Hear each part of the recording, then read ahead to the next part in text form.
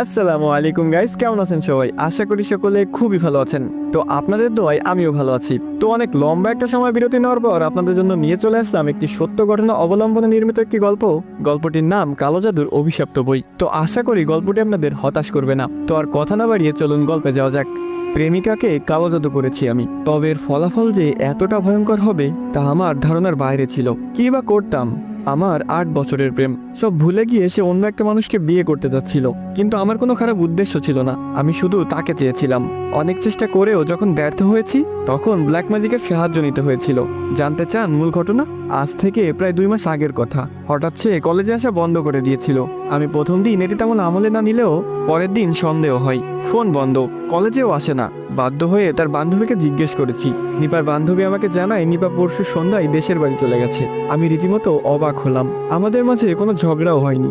এভাবে না জানিয়ে সে কিভাবে গেল? আবার ভাবলাম হয়তো ফ্যামিলিগত কোনো সমস্যা হয়েছে, কিন্তু একটা কল তো করতে পারতো। নিজেকে শান্ত অশান্ত করার মাঝে সিদ্ধান্ত নিয়েছি ওদের বাড়ি যাব। স্কুল জীবনের প্রেম, আমার পাশের এলাকাতেই তাদের বাড়ি। আমি কলেজে ভর্তি হওয়ার জন্য ঢাকা এসেছি জেনে নিপাও ঢাকা এসেছে। সব তো ঠিকঠাক ছিল, তবে নিপা এমন করার কারণ কি জানতে আমি সেদিন রাতে গ্রামে রওনা করি। হঠাৎ বাড়িতে আসায় আম্মা আব্বাও অবাক হয়। আমি কাউকে কিছু না বলে সকাল সকাল নিপাদের বাড়ির দিকে রওনা করেছি। নিজের এলাকা পেরিয়ে তাদের এলাকাতে যাই আর দেখতে পাই একটা বিয়ের গেট। আমার স্থানে যে কোনো ছেলে থাকলে এই অনুভূতিটা উপলব্ধি করতে পারতো। কতটা যন্ত্রণা এড়িতে তা একটা ছেলের চেয়ে বেশি আর কেউ জানবে না। নিপার কোনো ভাই বোন নেই। এই বাড়িতে যদি কারো বিয়ে হয় তবে তা নিপার। আমি হতবাক হয়ে বাড়ির দিকে প্রবেশ করতে যাচ্ছিলাম, কিন্তু নিপার সাথে দেখা হয়ে গেল উঠানে। নিপা আমার হাতটা টেনে নিয়ে আসে বাড়ির বাইরে। আমি শুধু তাকে দেখছিলাম, আমাকে কিছু বলতেও দেয়নি। বাড়ির বাইরে এনে নিপা আমাকে মিষ্টি স্বরে বলতে থাকে, শুনো রাফি, আমি তোমাকে না বলে চলে এসেছিলাম যাতে তুমি কোনো সমস্যা না করো। আমাদের মধ্যে যা ছিল সব ভুলে যাও। আজ আমার গায়ে হলুদ, তুমি আমার চেয়ে ভালো মেয়ে পাবে। দয়া করে কোনো ঝামেলা করিও না, চলে যাও। আমি বললাম, এসব তুমি কি বলছো নিপা? তোমার মাথা ঠিক আছে? 8 বছর ধরে ভালোবাসি তোমাকে, হুট করে তুমি বলছো সব ভুলে যাব, তাও এত সহজে? নিপা বলল, রাখো এসব ভালোবাসা, তুমিই বলো কি আছে তোমার? এখনো অনার্স ফাইনাল দাওনি। কবে তুমি চাকরি ধরবে আর কবে আমাকে বিয়ে করবে? আমি হয়ে যাচ্ছি বুড়ি। আব্বু ছেলে দেখেছে, ছেলের বিদেশে বিজনেস আছে, বিয়ের পর আমাকেও নিয়ে যাবে। প্লিজ দয়া করে আমার কেরিয়ার খারাপ করিও না। এমন ছেলে আমি কোনোদিন পাবো না। নিপা, তুমি সত্যিই ঠিক আছো? আর আমি কি স্বপ্ন দেখতেছি? এসব তুমি নিজের মুখে বলতেছো কিভাবে নিপা? হ্যাঁ, সেদিন আমি যেমন অবাক হয়েছি তেমন কেঁদেছি। নিপার পা ধরে অনুরোধ করেছি। নিপা আমাকে পাত্তাও দেয়নি। আমি বারবার নিপাকে বোঝাতে চেয়েছি, কিন্তু নিপা আমাকে তার ক্যারিয়ারের গল্প শুনিয়ে যাচ্ছিল। শেষে এসে রাগ দেখিয়ে আমার বুকে লাথি মারে, শুরু করে আমার উপর চিৎকার চেঁচামেচি। নিপার চিৎকারে ওর বাবা, চাচাতো ভাইয়েরা সবাই দৌড়ে আসে। আমায় প্রচুর মারধর করে, কারো লাথি কারো ঘুষি। নাক মুখ ফেটে রক্তাক্ত হই। ক্ষত শরীর নিয়ে ফিরতে হয়েছে বাড়িতে। যদিও দেহের ক্ষতটার চেয়ে আমার অন্তরের ক্ষতটা বেশি যন্ত্রণা দিয়েছিল। আমি প্রায় পাগল হয়ে যাচ্ছিলাম। মানুষ কিভাবে মুহূর্তে তার রূপ বদলাতে পারে। গত 8 বছর মনে হয়েছিল এই মেয়ে সবার চেয়ে আলাদা, ওর মতো কেউ হয় না। সবাই ছেড়ে চলে যায়, কিন্তু নিপা যাবে না।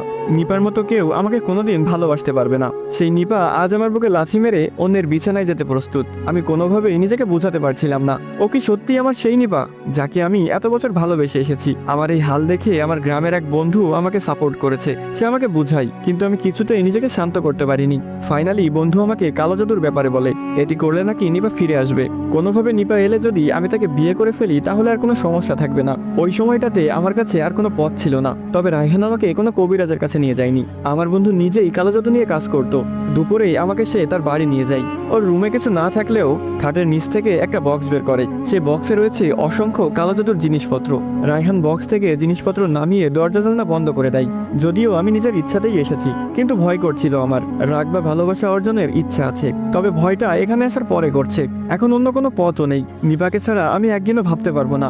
রায়হান দরজা জানলা বন্ধ করার পর রুমে একটা মোমবাতি জ্বালাই। এক পাশে আমাকে বসাই, অন্য পাশে রায়হান বসে। বক্স থেকে বের করা কিছু সুতা রায়হান আমার হাতে বেঁধে দেয়। এরপর একটা বোতল থেকে কিছু পানি আমার গায়ে ছিটিয়ে দেয়। এগুলো শেষ করে রায়হান আমাকে বলে, এই পানিগুলো নাপাক পানি, মানে মানুষের মূত্র। আর সুতোটা মৃত মানুষের হাড্ডিতে বেঁধে নাপাক করা হয়েছে। এখন আমরা যে জিনকে ডাকবো সেই জিন নাপাক স্থান পছন্দ করে আর নাপাক মানুষকে সাহায্য করে। আমি এখন মন্ত্র উচ্চারণ করব, আমার সাথে তুইও সেই মন্ত্র উচ্চারণ করবি। যখন মোমবাতি নিভে যাবে তখন তুই আমার কাছে সাহায্য চাইবি। শুধুমাত্র একটা ইচ্ছা পূরণ করবে সে। এর বিনিময়ে যদি সে তোর কাছে কিছু চাই তুই সেটা দিতে রাজি হবি, আর যদি দিতে না চাস তাহলে তুই বলবি তুই তোর জাদু বন্ধ করতে চাস। এইটুকু বলে রায়হান একটা কিতাব হাতে নেয়। এরপর কিতাব থেকে কিছু মন্ত্র উচ্চারণ করে। মন্ত্রগুলো আরবিতে। সমস্যা হবে হবে তাই উল্লেখ করছি না। সে একটা শব্দ বলে, সাথে সাথে আমিও সেই শব্দ উচ্চারণ করি। এভাবে কিছু সময় পার করার পর আমার চোখের সামনেই মোমবাতি নিভে যায়। দরজা জ্বালানো বন্ধ থাকলেও বাহিরের আলো মোটামুটি রুমে ছিল। সেই আলোতে আমি রায়হানকে দেখতে পাচ্ছিলাম। রায়হান আমার দিকে তাকিয়ে গম্ভীর স্বরে বলে, বল তোর কোন ইচ্ছা পূরণ করব। আমার কাছে এই ব্যাপারটা হাস্যকর মনে হলো। কোনোভাবে এসব ভুয়া না তো? রায়হান কি আমাকে বোকা বানাচ্ছে, সান্ত্বনা দেওয়ার জন্য এসব করছে?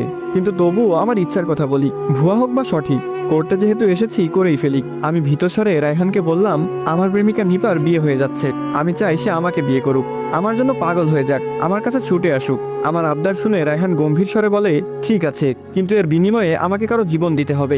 কাকে হত্যা করে তুই তোর প্রেমিকাকে চাস? সত্যি বলতে তখন আমার কাছে এটা মিথ্যা মনে হচ্ছিল, কিন্তু পরিস্থিতি অনুযায়ী আমিও বললাম, ওর চাচাতো ভাইয়ের জীবন নিয়ে নিপাকে আমার কাছে ফিরিয়ে দিন। আসসালামু আলাইকুম গাইস, কেমন আছেন সবাই? আশা করি সকলে খুবই ভালো আছেন। তো আপনারা এতক্ষণ শুনছিলেন সম্পূর্ণ সত্য ঘটনা অবলম্বনে নির্মিত কালো জাদুর অভিশপ্ত বই গল্পের প্রথম পর্ব। যারা 2 নম্বর পর্ব দেখতে চান তারা চাইলে আমার ইউটিউবে গিয়ে দেখে আসতে পারেন।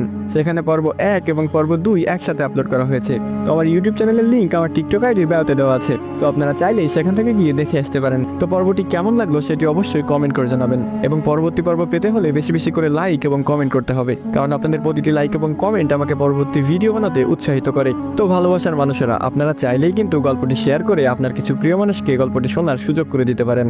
আর যারা ইউটিউব থেকে দেখছেন তারা অবশ্যই চ্যানেলটি সাবস্ক্রাইব করে দিবেন, আর যারা টিকটক থেকে দেখছেন তারা একটু বেশি বেশি করে কপি করে দিবেন। তো আজকের মতো এই পর্যন্তই, দেখা হচ্ছে পরবর্তী পর্বে। ভালো থাকবেন, সুস্থ থাকবেন, আল্লাহ হাফিজ গাইজ।